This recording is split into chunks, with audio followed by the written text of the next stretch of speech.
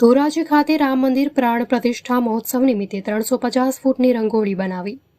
ભગવાન શ્રી રામના અયોધ્યા ખાતે નવનિર્માણ પામેલ ભવ્ય રામ મંદિરની પ્રાણ પ્રતિષ્ઠા મહોત્સવની સાથે સાથે ધોરાજી પણ ભગવાન શ્રી રામના રંગમાં રંગાઈ ગયું છે। સમગ્ર શહેરને ભગવા રંગના પતાકા અને લાઇટિંગની રોશનીથી શણગારવામાં આવ્યું। ધોરાજી હીરપરાવાડી રાજલક્ષ્મી એપાર્ટમેન્ટ પાસે મહિલાઓ દ્વારા 350 ફૂટની રંગોળી બનાવવામાં આવી।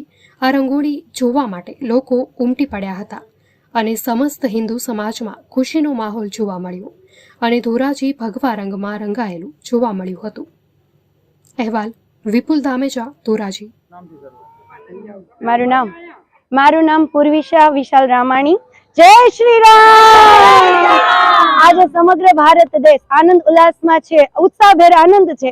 રામ ભગવાનની પ્રાણ પ્રતિષ્ઠા અયોધ્યા ખાતે થાય છે ત્યારે ધોરાજી શહેરમાં રાજલક્ષ્મી પાર્ક 2 માં અમારી બધી બહેનો મળીને રાત્રે સરસ મજાની રંગોળીનું આયોજન કર્યું।